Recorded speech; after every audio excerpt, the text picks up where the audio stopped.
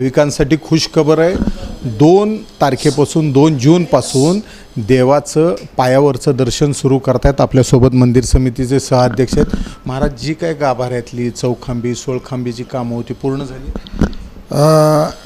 काम बऱ्यापैकी पूर्ण झालेलं आहे, पण 15 मार्चपासून दर्शन बंद असल्याकारणाने आणि श्री विठ्ठलाचे दर्शन हे चरणदर्शनाची मान्यता असल्याकारणाने आम्ही प्राधान्यतेनं गर्भगृहातील आणि अंतराळचं काम करून 4 खांबाचं काम करून भाविकांसाठी दर्शन 2 जूनपासून सुलभ मोकळं करून दिलेलं आहे. महाराज, हे काम करताना अनेक धोके समोर आले होते. मुख्यमंत्री पूजेला बसतात त्याच्यावरची छावणी जी होती दगडाची ती चिरली होती. देव जिथं उभारतात त्याच्या खालच्या म्हणजे सिंहासनालाही हे पडलं होतं, भेगा पडल्या होत्या किंवा काही खांबाचे हे निघाले होते, सोळखांबीतले बुड किंवा त्यांचे दगडं निसटली होती. हे सगळं काम पूर्ण झालं? बहुतांश काम परिपूर्ण झालेलं आहे आणि जवळजवळ अजून 17 ते 18 महिने काम सगळ्या मंदिराचं चालणार आहे.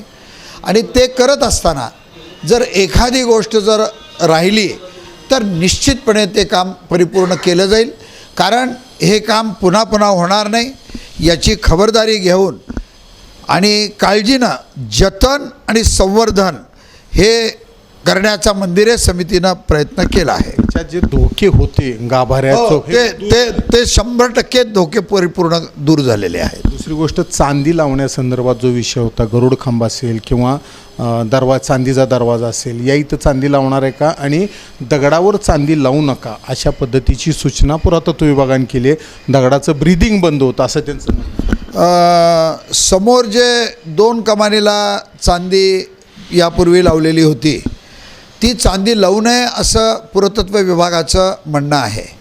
त्याऐवजी जितके काही मंदिराचे दरवाजे आहेत, उदाहरणार्थ नैवेद्य दरवाजा असेल, पितळी दरवाजा असेल, आपला जिथून खजिन्याच्या जवळचा दरवाजा असेल, त्या सर्व दरवाजांना चांदी लावण्याची त्यांनी आम्हाला परवानगी दिलेली आहे. आणि ज्याला आपण पुरातन चांदीचा दरवाजा म्हणतो त्याही दरवाजाला त्यांनी आम्हाला चांदी लावायची परवानगी दिलेली आहे. एक गरुड खांब जो आहे आम्ही त्यासाठी त्यांना परवानगी द्यावी अशी विनंती केलेली आहे.